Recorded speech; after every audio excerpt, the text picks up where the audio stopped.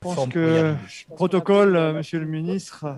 Grâce à la station. Voilà. Alors ici, nous sommes dans des ateliers qui ont été faits dès début 2015, engagés pour donner à nos collaborateurs, Pascal en charge des remontées mécaniques et Sylvain, un éminent spécialiste qui est passé par les Alpes, mais aussi par les États-Unis, où si on avait les moyens d'avoir un hélicoptère, il pourrait vous renvoyer ce soir à Paris en hélicoptère, tellement il a de talent et de capacité à œuvrer sur cette station. Mais bien au-delà de ça, c'est ici un espace qu'on a voulu spacieux. C'est nos collaborateurs qui ont dessiné cet espace pour permettre aussi d'internaliser tous les métiers de la montagne et les métiers de la maintenance. On a des mécanos qui sont capables de vous démonter une machine in situ. Et c'est vrai pour tous les métiers que Pascal et Sylvain pilotent, que ce soit sur l'ensemble des compétences qui sont ici réunies. C'est notre fierté. C'est aussi la volonté des élus locaux de se donner les moyens d'avoir un outil je dirais, qui permette aussi d'être un lieu d'apprentissage. Parce que ça aussi, pour nous, c'est fondamental que cet espace soit véritablement, comme on l'a dit ce matin, inclusif, mais inclusif dès le plus jeune âge pour permettre aux jeunes de toucher aux vrais métiers, à des métiers qui peuvent leur donner un parcours de vie authentique. Sylvain, c'est peut-être toi qui dois prendre la parole parce que je sais que le temps est compté. Merci beaucoup. Bien, bonjour tout le monde. Sylvain Philippe, je suis donc le directeur en charge de l'opérationnalité de la station. Et donc, il me revient la tâche en fait de vous parler de nos métiers et dans ce cadre de transition climatique, eh bien, de quelle manière on est susceptible de s'adapter. Alors, je fais partie des gens et la station fait partie des structures pour qui le capital humain est le capital le plus précieux et à qui il faut porter le plus d'attention. Donc ça tombe extrêmement bien et je suis d'autant plus heureux de vous parler de ça aujourd'hui parce que je fais partie aussi de ces gens-là. Mais puisque le temps est compté, je vous propose de nous retourner, de regarder un petit film et puis je reprends la parole tout de suite après. Magnifique.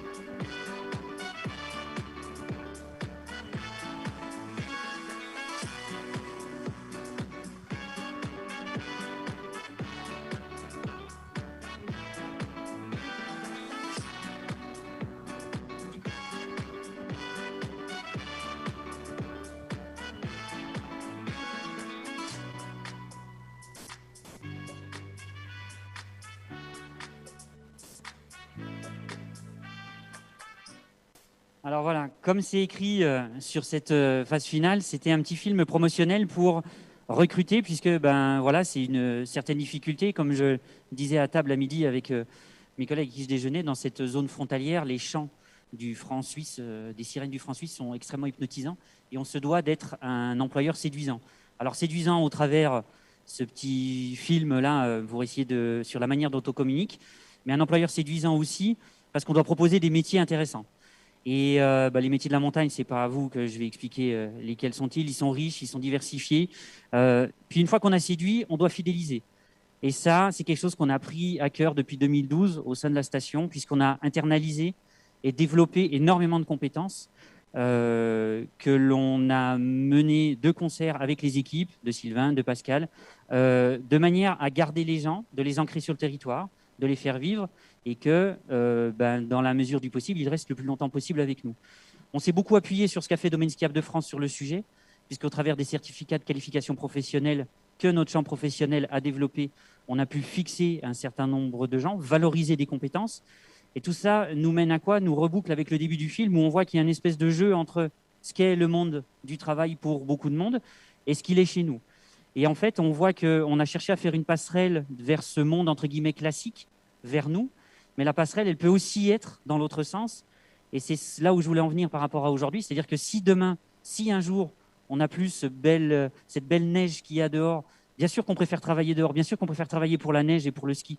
Mais si un jour on est amené à faire autrement, ce qui arrivera certainement, et ben finalement on sera prêt, parce que finalement ces compétences qu'on a développées, les choses qu'on a validées, les diplômes qu'on a eus, ils sont totalement transposables dans le reste du monde du travail, en dehors de l'activité spécifique ski. Donc c'était un petit peu le trajet et le cercle que je voulais vous montrer aujourd'hui. Et une des choses dont on est fier aussi, c'est qu'on arrive à transmettre. Je vous parlais des certificats de qualification professionnelle portés par DSF. Eh bien, on est en partenariat avec le lycée Toussaint Louverture, qui est adhérent à Domaine skiable de France et qui développe un certain nombre de compétences pour ses élèves. Et je vais laisser la parole à monsieur le proviseur qui va vous expliquer un petit peu ce qu'il en est. Philippe. Donnez la parole.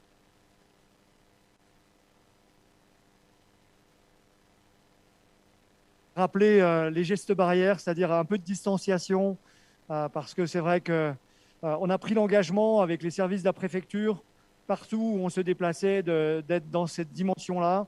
Et je me dois de vous le rappeler, parce que c'est vrai que je tiens à remercier les services de la préfecture pour nous avoir permis d'organiser l'ensemble des déplacements et bien sûr de permettre de mettre les jeunes en avant, ici même, tel qu'on va vous le proposer. Je m'excuse, monsieur le proviseur. Je vous remercie beaucoup de me donner la parole et de m'avoir invité. Je partage, comme vous, donc, les mêmes règles sanitaires, puisque c'est important pour que les établissements scolaires restent ouverts, qu'on soit très vigilant au niveau de ces mesures sanitaires. Voilà. Donc, pour illustrer un petit peu notre partenariat, nous avons fait quelques diaporamas, un petit diaporama, et vous allez voir après, par la suite, donc des élèves qui sont là en intervention aujourd'hui et qui font partie évidemment de ce partenariat d'une manière très, très active. Alors, la première diapositive que vous avez pu voir, donc on a insisté un petit peu parce que comme on parle de transition écologique et climatique, on a insisté un tout petit peu sur notre labellisation donc d'écolycée, parce que c'est important pour nous aussi d'avoir donc cette connaissance et cette culture pour nos élèves des questions donc d'écologie. Donc nous sommes rentrés dans cette logique. Et tu peux passer à la prochaine. Alors très rapidement, donc nous avons un lycée de taille humaine, moins de 400 élèves. On va de la 3e au bac pro. On fait donc les formations, que ce soit par la voie d'apprentissage ou par la voie scolaire traditionnelle, avec une sécurisation des parcours, c'est-à-dire qu'un élève qui, pour une raison ou une autre, avait un contrat d'apprentissage qui s'interrompt, il peut continuer sa formation en voie scolaire. Donc ça, c'est important. Disons que, et si tu peux revenir sur la précédente, s'il te plaît. Donc, voilà. Donc, là, on ne parle que de 2 filières qui sont les 2 filières partenaires avec la station, avec des SF. Donc, et je ne vais pas insister sur les autres filières. La prochaine, s'il te plaît. Donc, nous avons signé la première convention, d'ailleurs, c'était dans ces lieux, en 2016. Cette convention a évolué. Chaque année, on a été un petit peu plus loin dans le partenariat.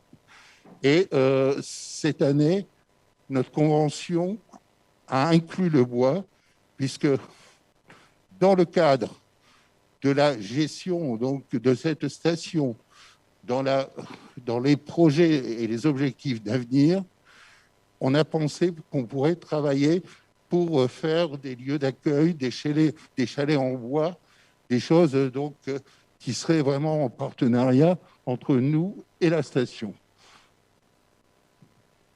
Ah, pardon. Donc, on me demande de me déplacer. Donc, voilà. Alors, là, vous avez donc notre filière de maintenance. Vous allez voir après, sur ce même écran, les démonstrations qui sont en cours et qui sont donc faites par nos élèves, du travail en hauteur, avec un professeur qui est moniteur dans ce domaine. Et les élèves que vous allez voir au travail là tout à l'heure, c'est leur première initiation au travail en hauteur. Voilà. Alors, je vais insister un tout petit peu dans le cadre du partenariat sur la partie en haut à droite.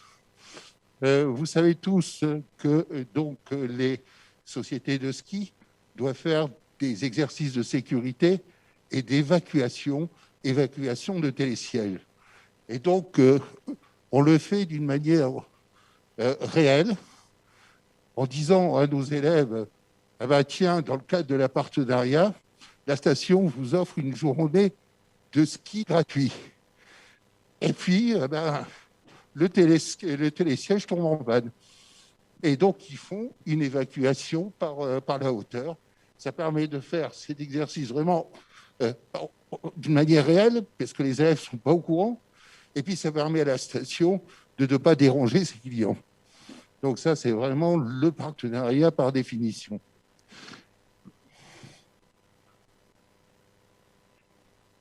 Alors, les questions de sécurité, on va même au-delà, puisque, si vous voulez, l'établissement a mis en place des formations de santé et sécurité au travail pour tous les élèves, y compris dans les filières où cela n'est pas obligatoire. Donc, on va au-delà. Alors, le bois, je vous en ai parlé. Donc, ça, c'est le nouveau avenant de la Convention qui va aller plus loin pour mettre en place nos compétences et puis permettre aussi à nos élèves de voir en réalité les réalisations qu'ils ont pu mettre en place. Voilà. Alors, on vous a parlé des... Oui, s'il te plaît. Donc ça, c'est les différents CQP qu'on vous a parlé tout à l'heure. Donc, nos élèves, quand ils viennent en période de formation au milieu professionnel dans la station, mais encore une fois, je répète quand même que ce n'est pas spécialement la station de Métabier, puisqu'on est partenaire de DSF. Donc, ça peut être dans toutes les stations de ski de France. Et donc, ils peuvent passer des diplômes qui s'appellent des certificats de qualification professionnelle. Et j'ai l'honneur aujourd'hui d'accueillir M. Loriot. Guillaume, si tu veux bien venir à côté de moi.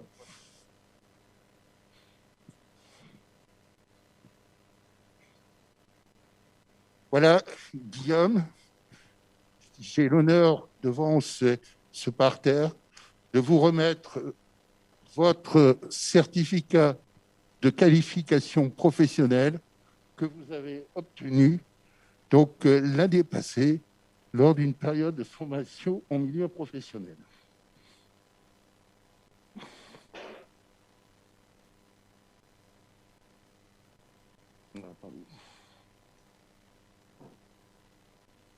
Je vais te donner ça 2 secondes. Le voilà. Voilà le diplôme.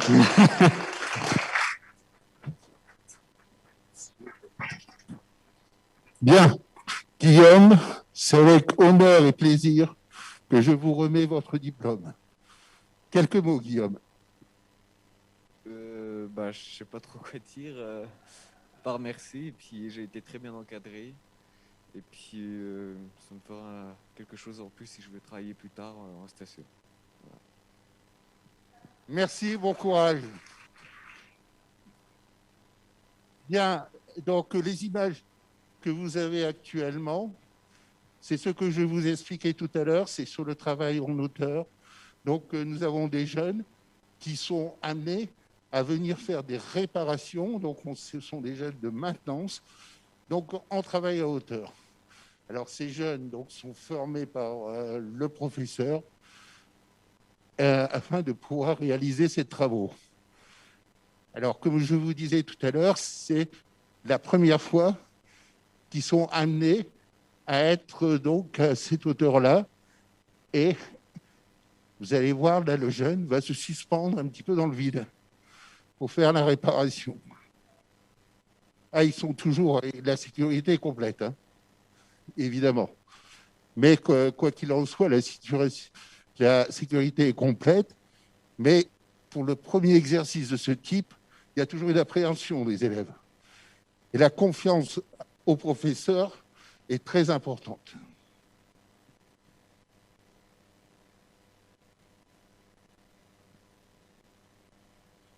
Alors, je reviens un petit peu sur notre partenariat. Ce sont des choses que nous n'avons pas les équipements au lycée, qui fait partie de leur formation, et que sans le partenariat avec la station, on ne pourrait pas mettre en place ce type de formation qui est très important et qui valorise leur parcours, leur CV. Avez-vous des questions? Juste si vous voulez vous retourner pour vous donner une idée de quelle hauteur ils sont, vous voyez à travers les fenêtres, en fait, c'est le pylône que l'on voit avec au bas le rond rouge. Alors, il y a une bon, vous pouvez, mais il faudra revenir un tout petit peu après, parce qu'on enchaîne avec d'autres présentations ici. On va rester ici. Voilà. C'était pour vous donner une idée de quelle hauteur tu es. Ici, la station de Métabier elle a une particularité, c'est pour les familles, nos clients, c'est la première neige. Mais aussi notre fierté, c'est d'avoir pu, avec le lycée et avec monsieur le proviseur et son prédécesseur, de constituer aussi pour nos jeunes, dans la filière montagne, un apprentissage et leur donner les clés pour aller vers les Alpes, la Suisse ou autres, parce qu'on ne pourra pas tous les prendre ici. Mais ça, c'est aussi fabuleux qu'ils puissent se former ici pour aller vers d'autres horizons, comme aussi nos jeunes moniteurs, nos jeunes compétiteurs qui se forment au métier de moniteur. On aimerait bien les garder, mais aussi c'est notre responsabilité sociétale de former les jeunes et de les former le plus jeune, le plus tôt possible, et leur permettre de toucher aussi aux machines, de les voir. Ça, c'est fabuleux. Merci, monsieur le proviseur, de nous avoir fait confiance. Et donc, pour enchaîner, merci, monsieur le proviseur. Je crois savoir, pour enchaîner, on va basculer sur le côté plutôt outdoor, il me semble, avec un petit film pour commencer. Oui, écoutez, je vous propose d'accueillir Xavier Thévenat, qui est notre champion.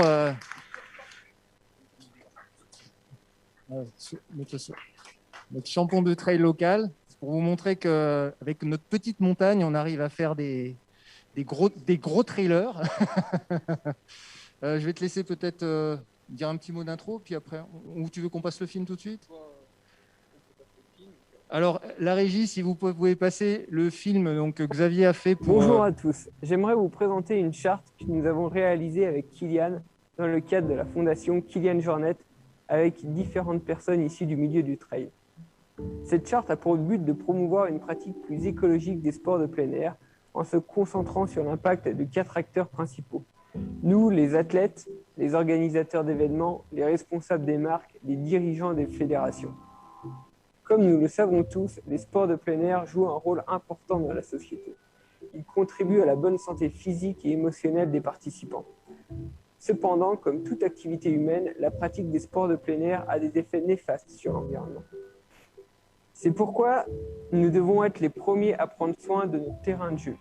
Nous avons donc un rôle important à jouer dans la préservation de l'environnement dans lequel nous exerçons nos activités. Pour cela, la charte répond à plusieurs grands objectifs. Vous pouvez les retrouver sur le lien suivant. Pour chacun des 4 acteurs, athlètes, fédés, événements, marques, nous avons mis en ligne une rubrique de conseils pour atteindre les objectifs. Les objectifs sont inspirés des accords de Paris pour le climat et des objectifs de développement durable des Nations Unies, et vont même parfois plus loin. L'objectif principal de cette charte est de travailler à la réduction de nos émissions de gaz à effet de serre pour être totalement neutre en carbone d'ici 2050. Cela signifie un changement rapide et radical de tout ce qui se passe dans la société, y compris dans nos valeurs, dans l'économie, dans notre façon de voyager, de travailler, d'acheter, d'escalader et de courir. Nous savons qu'il est difficile d'atteindre ces engagements, mais ensemble, nous pouvons agir pour une pratique plus durable du sport de plein air.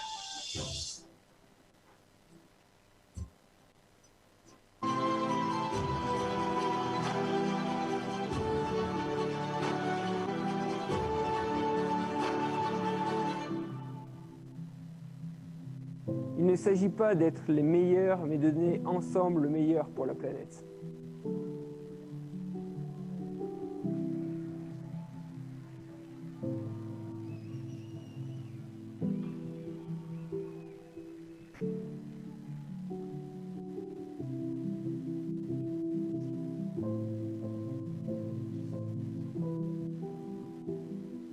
Oui. Bonjour à tous. Merci. Moi, je ne vais pas faire très long parce que je ne suis pas un très grand orateur, mais voilà, l'initiative de cette charte, en fait, elle est venue aussi avec la crise sanitaire et le confinement. Comme il n'y avait pas trop de courses, pas trop d'événements sportifs, eh bien, on s'est posé un peu autour de la table avec plusieurs athlètes, et entre autres Kylian Jornet, qui est le grand trailer et puis qui est reconnu à l'échelle mondiale sportivement. Voilà, on sait très bien qu'on a un beau terrain de jeu et puis qu'il y a cette crise aussi écologique, et on a décidé de poser les bonnes questions pour savoir ce qu'il faudrait qu'on fasse tous ensemble pour justement que notre terrain de jeu qu'on apprécie tant puisse perdurer dans le temps, et que notre activité ait un impact un peu réduit aussi sur l'environnement. Donc, voilà, on a mis cette charte en place avec plusieurs objectifs. Il y a 4 acteurs qui rentrent en compte, donc les événements sportifs, nous, les athlètes, les fédérations et les partenaires. Et avec 10 objectifs précis sur ces 4 acteurs-là. Et ensuite, on peut être, si oui ou non, signataire de cette charte. Et derrière, on s'impose, on s'oblige à respecter ses engagements, et à la fin de l'année, de faire un bilan de si on a atteint, oui ou non, ses objectifs. Mais si on est signataire, normalement, on va jusqu'au bout, quoi. Voilà. Et c'est vrai que nous, ce qu'on aime dans notre activité, dans la pratique de notre sport, c'est d'évoluer en plein air, dans des super environnements comme le Mont d'Or, etc. C'est diversité de paysages, avec à la fois les forêts, les alpages entretenus par les bergers. Et c'est vrai que voilà, c'est ça qui nous remplit de bonheur. Et si dans notre activité on détériore notre environnement, ça n'a pas de sens, pas de logique. Donc il faut revoir les choses à la base.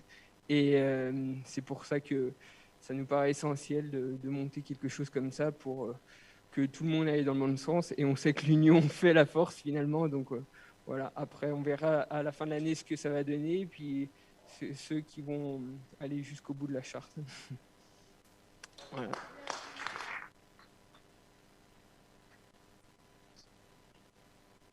Non seulement on est fier de Xavier parce que il est, bon, je dirais, il vient nativement parlant de l'Ain, est venu s'installer chez nous. Il a fait ses études au lycée Xavier.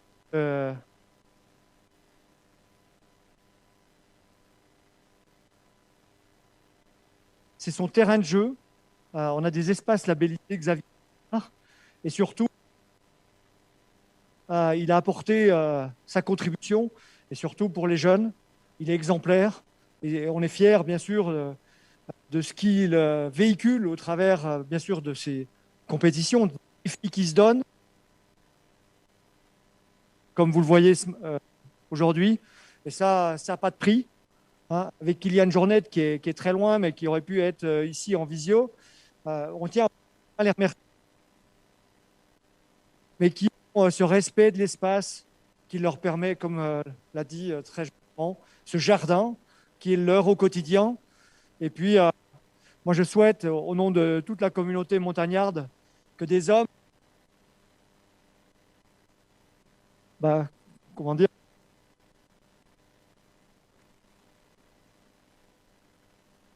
aussi d'humilité par rapport à ce qui touche, et puis les challenges qui se donnent.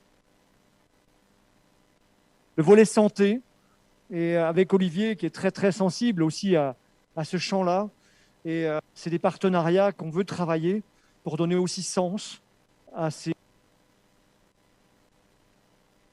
Dans son style, mon cher Joël, vous pourriez aussi suivre Xavier, sans aucun problème. Voilà. Sincèrement, il est disponible, il peut vous en témoigner, n'est-ce pas, Xavier? que tu serais disponible pour accompagner Joël sur les traces de cette belle montagne. Je peux lui lancer l'invitation. Oui, bien sûr. Bah, là, il y a de l'espace, il y a un vrai terrain de jeu, donc il faut y aller, pas hésiter. Voilà. De rien. Merci à vous.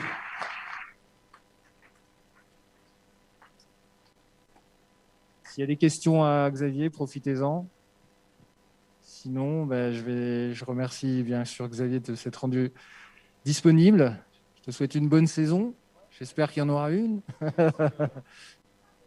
petite précision, je remercie Xavier qui est un ancien élève chez nous et qui est parrain de notre section sportive. Voilà. Merci Xavier. D'accord. Ben, bonne saison à toi alors. Et à bientôt. Et puis ben, j'accueille Alexandre Rousselet.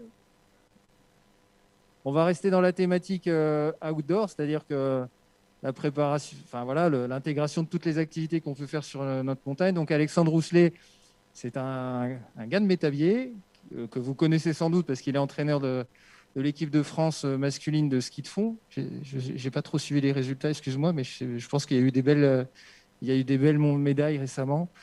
Et c'est aussi quelqu'un qui s'implique très très fortement ici à Métabier sur l'ensemble du secteur. Alors, il est président de l'Olympique Mont d'Or qui organise beaucoup de manifestations ski de fond, trail. L'année dernière, on a réfléchi ensemble pour monter un club des sports qui réunisse tous les acteurs de l'outdoor sur Métabier. Donc, je vais te laisser raconter cette histoire et tes projets. Merci Olivier. Bonjour à tous et à toutes. Donc en effet, on a créé cette année un club des sports qui regroupe les sports outdoor de la station, donc le VTT, le ski alpin, le ski nordique dans son ensemble, et puis Apache Évasion pour le sport handicap. Et donc ça nous permet d'avoir une vraie cohésion aussi autour de la station et pour le sport et l'outdoor. Aujourd'hui, j'avais prévu de faire venir témoigner deux de nos athlètes phares qui sont justement le futur et comment eux voient le sport de haut niveau dans le monde dans lequel ils vont évoluer dans 10 ans, dans 15 ans, avec les contraintes que vous avez tous vues. Mais l'un comme l'autre sont sectionnés en Coupe du Monde. Donc, ils sont en Coupe du Monde de biathlon et en Coupe du Monde de combiné nordique. Donc, c'est une bonne excuse. Donc, c'est moi qui vais juste vous parler très brièvement de ça. Au-dessus, ça va là? Ok, pardon. Donc, oui, les clubs outdoor ici vont permettre aux jeunes enfants et aux adultes aussi de découvrir les sports différemment, de pouvoir se rendre compte que si on pratique un petit peu moins de ski alpin par autre moment, on peut continuer à pratiquer beaucoup d'autres sports. Moi, j'ai la conviction que l'hiver, comme on les a vécus quand on était enfant, peut-être qu'ils n'existeront plus, mais le ski, il sera encore présent encore longtemps. Peut-être dans d'autres formes, mais en tout cas, je crois beaucoup en tous les progrès pour nous aider à continuer à skier. Je me déplace dans beaucoup d'autres pays, mais il y a beaucoup de façons de faire, et tout en préservant l'environnement, de pouvoir continuer à skier comme il faut. Et puis le VTT, avec des manifestations qui peuvent se développer ici sur la station, avec le trail.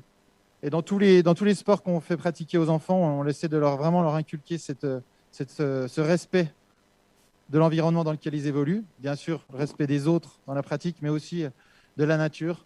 Et toutes les manifestations qu'on organise, que ce soit le trail du Mont d'Or ou les courses, les Coupes de France de VTT, les Coupes de France de ski alpin, dans tous les cas, il y a vraiment cette notion de préserver l'environnement avec tout ce qu'on met en place.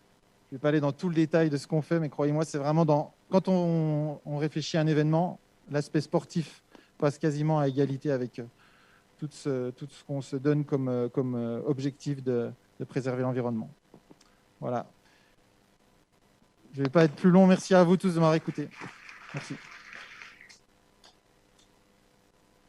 Je crois que je vais donner la parole à Cédric.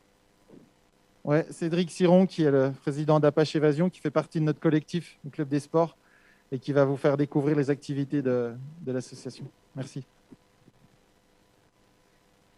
Bonjour à tous et merci d'être là, Monsieur le Ministre. Merci Marie. Voilà. Donc Cédric Siron, président d'Apache Évasion, donc une entité du club outdoor. Et nous, notre spécificité, c'était notre envie, c'était de rendre le territoire qu'on a ici accessible à tout le monde. Voilà. C'est pour ça qu'on a créé notre assos Apache Évasion il y a bientôt une quinzaine d'années. Et l'idée, c'était la philosophie d'Apache, elle repose sur du multi-handicap, donc pas de différenciation quel que soit le type de handicap, sur une approche loisir pour toucher le plus grand nombre de personnes, et puis aussi sur une approche formation de la jeunesse. Donc on a un gros axe formation de la jeunesse, je vous en parlerai, et les jeunes seront là pour vous en parler plus facilement après. Donc si je peux me permettre, je vous invite à aller dehors pour vous présenter un peu nos activités modernes. Vous allez voir. Comment ? Oui.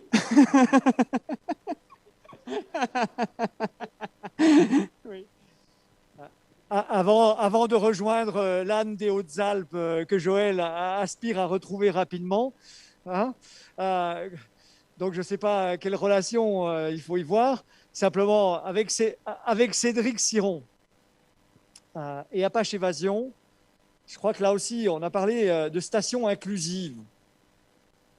C'est aussi l'hébergement associé avec la municipalité de Métabier, mais c'est aussi une destination été-hiver, toute saison, qu'il nous faut accompagner au travers des remontées mécaniques, et pas que, parce que cet espace-là doit vraiment être inclusif, et ça fait partie aussi des politiques départementales en termes d'accompagnement, et ce n'est pas anodin, et nous sommes très fiers d'avoir sur cette station justement une association vraiment structurée. Et quand je dis structurée, on le doit à Cédric, à tous ses amis bénévoles. Et c'est vrai que c'est assez touchant quand on voit tout le travail qui est fait pour permettre à des jeunes d'accéder au plaisir de la glisse ou vos goélettes, vos outils divers et variés qui sont ici. Et sur Frane, on a un collège. Et très tôt, les élèves sont initiés. Ouais, Joëlette, ouais, là, voilà, ouais. Ah, mais on a le lac à côté, Joël. Ouais, ok, balle au centre. Non, mais avec Apache Évasion, il y a aussi un travail dans les écoles pour former les jeunes à la différence et les associer justement dans les périples. Et c'est assez fabuleux, hein, lors de ton assemblée générale, de nous présenter tout le travail qui était fait, les défis qui se donnaient pour emmener les jeunes le plus loin possible, quelles que soient leurs différences. Et ça, nous sommes très très fiers avec Olivier et toute l'équipe d'être partenaires d'Apache Évasion.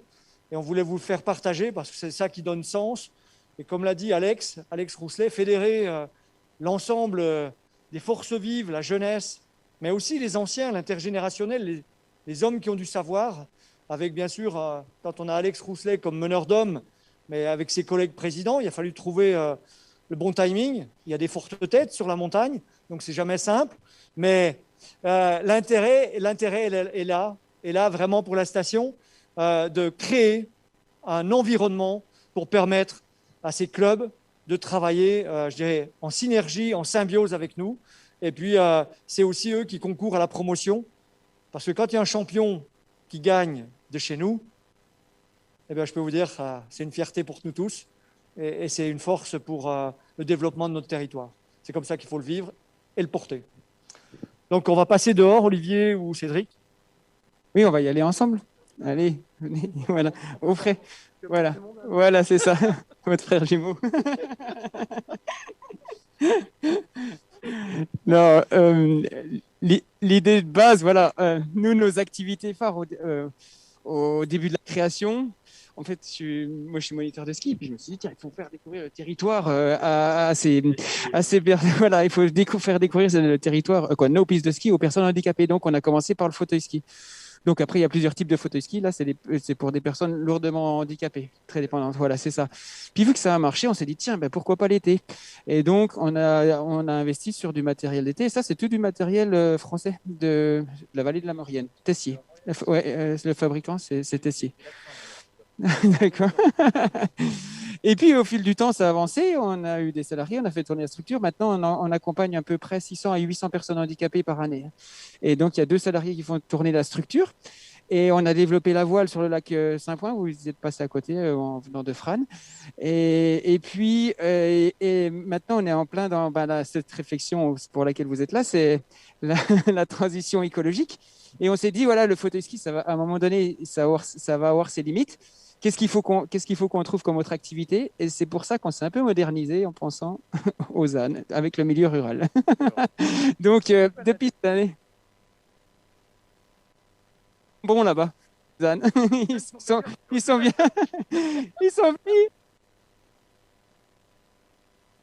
Voilà. Ouais.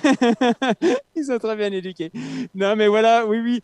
Et donc, pour pouvoir nous assurer un fonctionnement pérenne de notre projet associatif, on s'est dit que l'activité des ânes serait un projet intéressant pour travailler sur les 4 saisons. Gros avantage, c'est que sur ce type d'activité-là, on fonctionne sur un public restreint, c'est-à-dire le public en situation de handicap. Et là, on peut l'ouvrir au public valide. Ici, elle est montée mécanique fermée. On a accueilli plus de 500 familles à faire des balades avec les ânes sur Métabier. Donc, c'était une activité supplémentaire. Ouais, non, on a d'autres spécialisés qui viennent, ou des individuels, des vacanciers. Donc, le public cible, c'est les gens du Nord, les gens de Bretagne, l'Alsace, les Parisiens qui viennent profiter de nos activités. Et donc, comme je disais, on a un gros projet. Je vais faire venir les jeunes. Philippe Alpi en parlait à Frane. Il y a aussi l'initiative sur un autre collège à Pontarlier, parce qu'en fait, on est 2 profs de PS à porter le projet, où on forme des jeunes valides à encadrer les jeunes en situation de handicap. Donc, c'est un protocole sur 2, de 4e et de 3e, où chaque semaine, sur une demi-journée, les jeunes comme Ulysse suivent une formation spécifique en tandem, en joëlette, en voile, en terrain. Et puis, une fois qu'ils sont formés, ils emmènent des jeunes en situation de handicap dans les activités de pleine nature. Je laisse la parole à Ulysse ou Elsa. Alors bonjour, et du coup, donc moi je suis le président des SIU, donc un club de jeunes qui ont suivi ou non la formation du sport partagé. C'est un groupe. Voilà. Voilà. Donc donc c'est un groupe inclusif où il y a tout le monde dedans, donc autant des jeunes en situation de handicap que des jeunes valides, qu'on accompagne tout au long de l'année. Et donc c'est vrai qu'on a on essaie de faire profiter de la belle région qu'on a à tout le monde, et en particulier aux jeunes du coup. Et on essaie de lui rendre, comme par exemple on avait fait le nettoyage des pistes en octobre de la station, donc pour rendre comme ils nous permettent d'accéder à tout ça, leur rendre l'appareil, quoi. Donc, voilà. Bah moi, bah handicapé, je suis rentrée dans ISU comme dans Apache Évasion.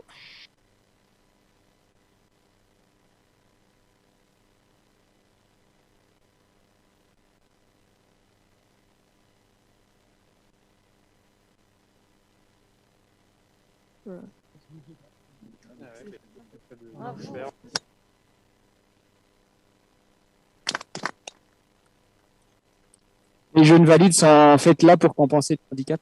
C'est pas du matos, c'est de l'humain. Et ils se retrouvent chaque semaine. C'est comme un club de sport traditionnel, sauf que là, il y a 12 jeunes valides avec 12 jeunes handicapés. Et chaque semaine, ils pratiquent des activités, que ce soit de la voile, du ski, de la course à pied, etc. Voilà.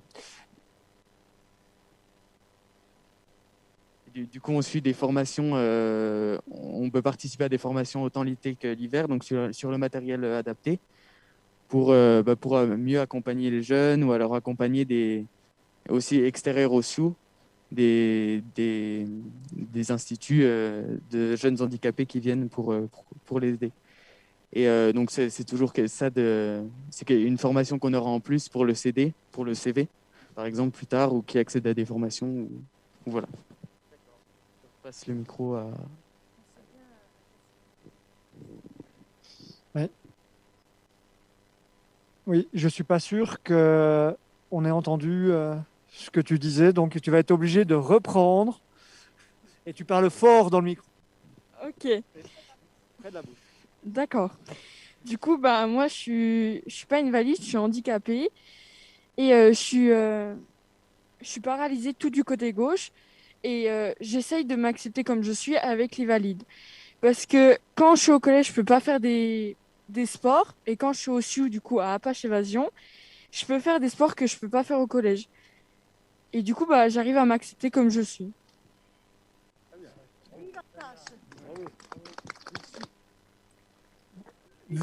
Vive Apache. Et je crois qu'on va offrir, à défaut d'un âne au ministre, on va lui offrir un bonnet.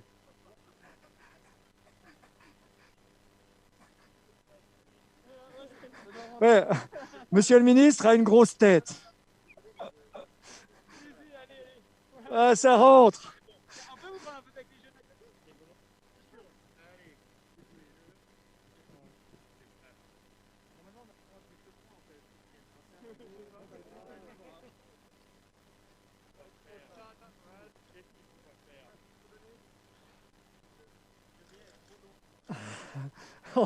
Oh, l'excuse. Ouais, ouais. Avec ce, ce bonnet, ça nous fait plaisir. Un petit cadeau. Il y a aussi un petit bouquin que Thibaut a. C'est un jeune, en fait, comme Elsa, qui est malvoyant, malentendant, qui a la leukodystrophie, et avec lesquels le projet SIU, il y a 2 ans, on a monté un ami de Vincent. Il raconte non seulement son histoire, mais aussi son ressenti de personnes en situation de handicap en deuxième partie. Donc, voilà, ça nous fait vraiment plaisir de vous l'offrir. Bon, tu seras pardonné pour appliquer des ânes dans les Hauts-de-France. Merci. Merci à toi. Merci à vous de votre venue et puis bonne route à vous. Parce que...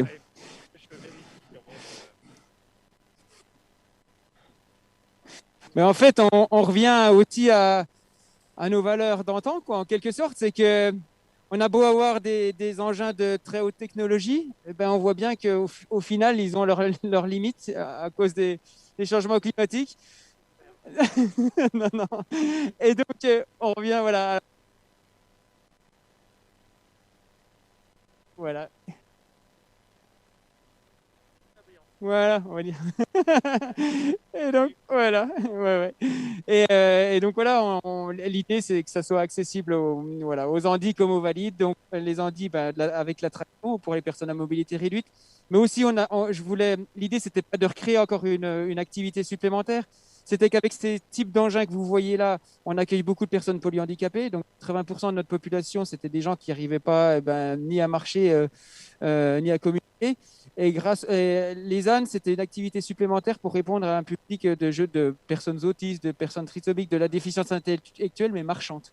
Là, on avait beaucoup de non-marchands. Et là, maintenant, avec cette activité-là, on a une association qui permet de répondre vraiment à notre